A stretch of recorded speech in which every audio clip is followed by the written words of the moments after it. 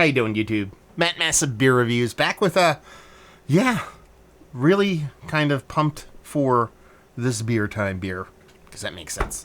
In the form of Lord Hobo Brewing, it's their Santé, which is a Belgian IPA.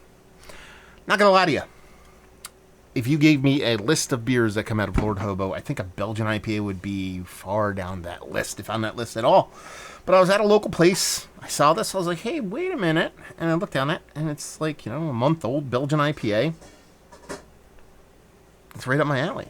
What does it say in a can? It says, this Belgian IPA has a bright golden color and a slight haze. The hops mixed with the malt bill gives off an earthy yet citrus undertones with a bready, smooth finish. The Belgian yeast used has strong notes of banana and spices that make you salivate upon cracking the beer open.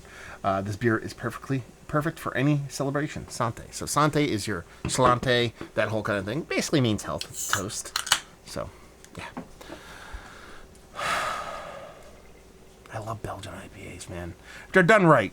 And, I wouldn't put past Lord Hobo to nail it, because some of their IPAs can be pretty damn good. This is 6% alcohol by volume, classic kind of, actually it's probably opposite classic, because usually most of the Lord Hobo cans are like black with gold as the kind of highlight. This is gold as a background with black as a highlight, so maybe they changed their branding, I don't know, but I kind of dig the can. It caught my eye, let's put it that way.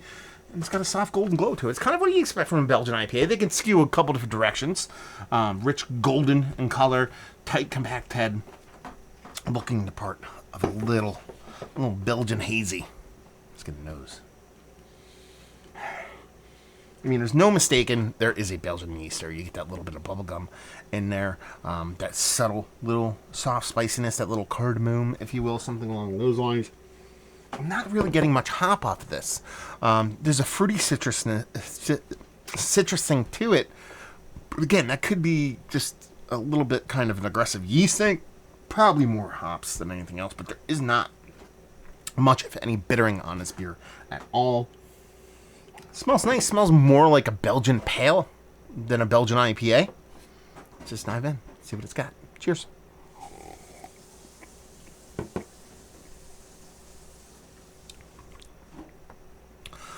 Man, that's really banana forward.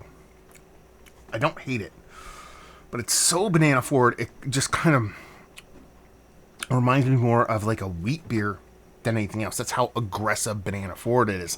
The hops really aren't there. You mean talking about a beer that's a month old, 6%, it should hold up at least for that amount of time, but there's really not much as far as hops there. Again, soft little citrus notes in there, nothing too crazy. A little prick of generic kind of bitterness, and that's pretty much it. It's not overly sweet, even though it's skewed more sweet because the hop presence isn't that big. It is really yeast driven. Let's put it this way. This is so banana forward. It's almost like they put banana extract in it because of how banana forward it is.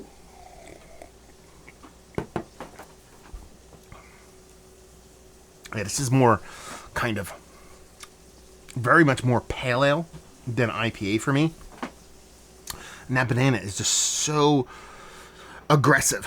It doesn't make the beer like undrinkable. It's tasty. It's fine. Not entirely what I expected from the beer, but it's so out of whack and how aggressive that Belgian yeast, more specifically that bubblegummy portion of the show, kind of comes off.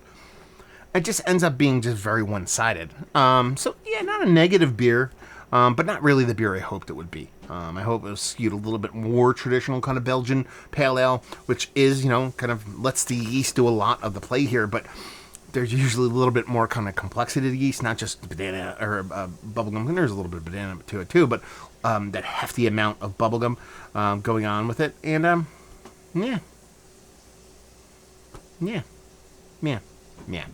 Fine. What are you going to do?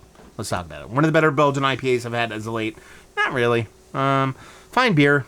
More just one-sided, and kind of keeps it from being something that's really a home run, at least for me. Value and availability. I want to say I paid like $13 for a 4-pack. It's not that bad, considering. And leave you with, if you like what we like this.